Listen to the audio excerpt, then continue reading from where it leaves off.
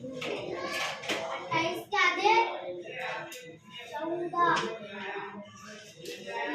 14 के आधे 7, 5 क्या निकाल रहे हैं? उसके बाद आधा निकाले, पाव निकाले और फिर पाव निकाले। 21,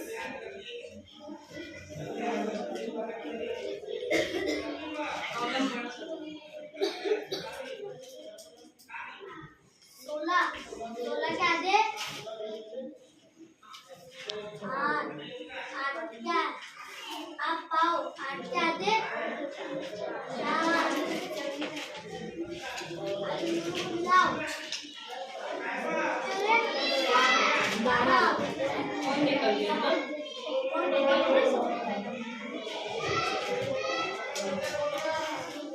25 के आधे दूसरा है आपसे, बोलिए आप। 16, 16 16 के आधे 8 मिलाओ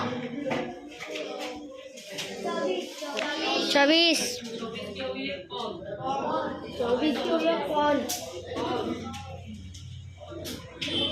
मतलब पहले आधा निकाले, फिर पाव निकाले और फिर पाव निकाले। 14 के आधे 7 के आधे 3.5